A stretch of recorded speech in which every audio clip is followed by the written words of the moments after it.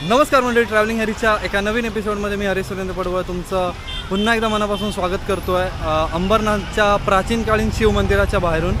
तर आज सोमवार आहे, भक्तांची खूप गर्दी झालेली आहे आणि आजच्या या व्लॉगमध्ये आपण प्राचीन कालीन शिव मंदिराविषयी जाणून घेणार आहोत। तुम्ही हा संपूर्ण व्लॉग बघा आणि इथपर्यंत मी कसा येऊन पोहोचलो त्याआधी आपण बघूया, नंतर मंदिरात जाऊया। लोकल ट्रेन पकडून मी उतरलो अंबरनाथ रेल्वे स्टेशनला। अंबरनाथ रेल्वे स्टेशनला उतरून ईस्ट साईडला येऊन मी शेअरिंग ऑटो पकडली। वाटेत जाताना छत्रपती शिवाजी महाराजांचा सुंदर पुतळा दिसला, त्यांना मुजरा करून मी पुढे निघालो। शेअरिंग ऑटो तुम्हाला 5 ते 7 मिनिटात मंदिराच्या बाहेर नेऊन सोडते। शेअरिंग ऑटोवाले पर पर्सन 20 रुपये घेतात। मंदिराच्या बाहेर असलेल्या दुकानातून पूजेसाठी नारळ आणि फुलं घेऊन मी आतमध्ये गेलो।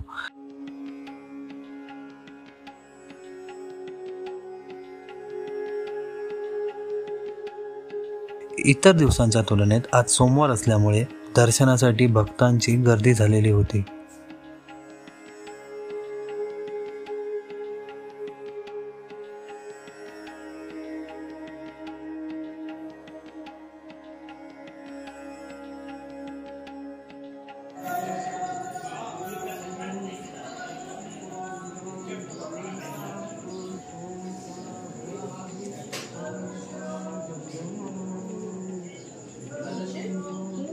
अंबरनाथ मंदिराचे दुसरे नाव अंबरेश्वर मंदिर असेही आहे।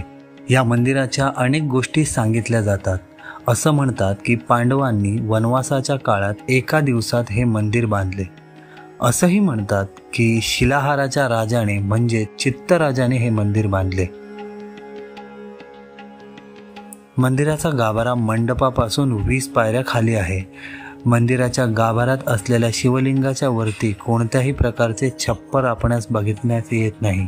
हे मंदिराच्या वैशिष्ट्यांपैकी एक आहे। महाशिवरात्रीच्या दिवशी व श्रावण सोमवारी या मंदिरात भक्तांची खूप गर्दी असते। महाशिवरात्रीच्या दिवशी येथे मोठी जत्राही भरते। मंदिर भक्तांसाठी सकाळी 6 ते रात्री 9 वाजेपर्यंत उघडे असते। भारतात असलेल्या 40 कल्चरल हेरिटेज साईटपैकी हे मंदिर एक आहे आणि महाराष्ट्रात असलेल्या 5 कल्चरल हेरिटेज साईटपैकी हे मंदिर एक आहे।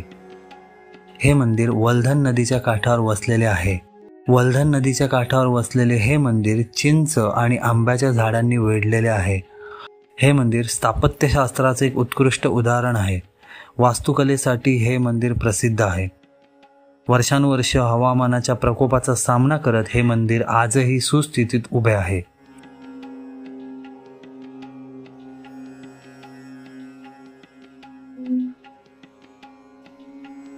तर म्हणजे बाजूला शेरावाली मातेचं मंदिर आहे, तिथे आता मी चाललेलो आहे।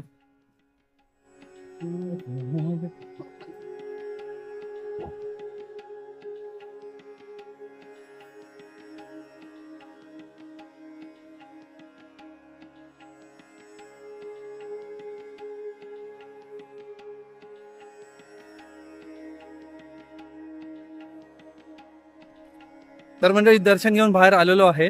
खूप शांत आणि प्रसन्न वाटलं। खूप सुंदर असं मंदिर आहे, संपूर्ण कातळात कोरलेलं।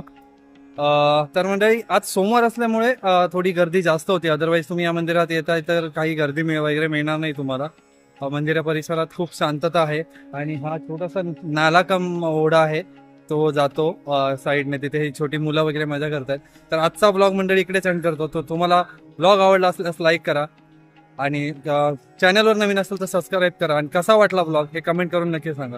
तर असाच एक नवीन टॉपिक घेऊन म्हणजे पुढच्या ब्लॉगमध्ये भेटूया। तोपर्यंत तुम्ही हसत राहा, एन्जॉय करत राहा, चिल करत राहा, कारण आयुष्य खूप सुंदर आहे आणि हो तुम्ही। सो बाय बाय, हर हर महादेव।